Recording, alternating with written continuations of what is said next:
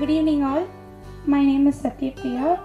நான் மதுரையிலேருந்து வந்திருக்கேன். நான் எத்திராஜ் காலேஜில் BA இங்கிலீஷ் லிட்ரேச்சர் படிக்கிறேன். என்னோடய அம்மா அப்பா 2 பேருமே பிளைண்டு, நானும் பிளைண்டு.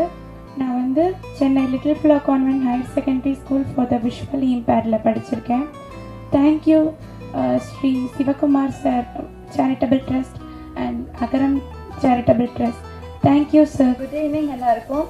நான் வந்து என் பேர் தாரிணி, சூலூர் கேர்ள்ஸ் ஸ்கூலில் படிக்கிறேன். இதுக்கு வந்து அகரம் ஃபவுண்டேஷனும் சிவகுமார் சாரோட சேரிட்டபிள் ட்ரஸ்ட்டும் எனக்கு வந்து ஃபுல்லாக ஹெல்ப் பண்ணுறாங்க. அதுக்கு வந்து ரொம்ப தேங்க்ஸ் சொல்லிக்கிறேன். நான் கண்டிப்பாக 5 இயர்ஸ் கழிச்சு உங்கள் கூட சேர்ந்து எல்லாருக்கும் இதே மாதிரி சர்வீஸ் பண்ணுவேன் கண்டிப்பாக சொல்கிறேன். தேங்க்யூ எல்லாருக்கும். Thank you. My name is Hongli Hatigan. I'm from Manipur. Tonight I would like to share something about Manipur. As my state has been under a war since 2023, there is a lot of violence and suffering all that time. I belong to the Kukizo tribes and we are all suffering a lot. If not for this violence, I would have been studying in a college in Manipur itself. I'm grateful to be studying here, but many students from Manipur have dropped out of their schools and college. They can't afford an education. They can't even lead a normal life. Thousands are in relief camps, not being able to afford even basic food.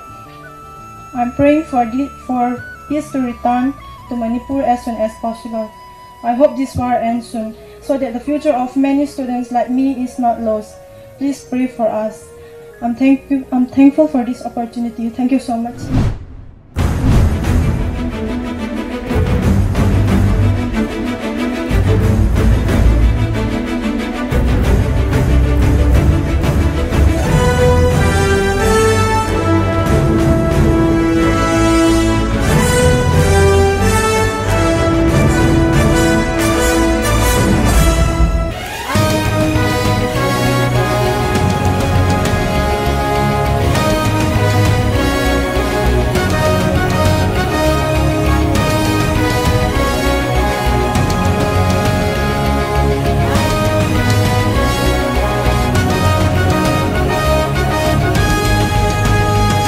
உங்கள் தன்னலமில்லாத பணியை அங்கீகரிக்கும் வகையில் ஸ்ரீ சிவகுமார் கல்வி அறக்கட்டளையின் 45வது ஆண்டு விழா மேடையில் உங்களை கௌரவிப்பதில் நாங்கள் பெருமை கொள்கிறோம்.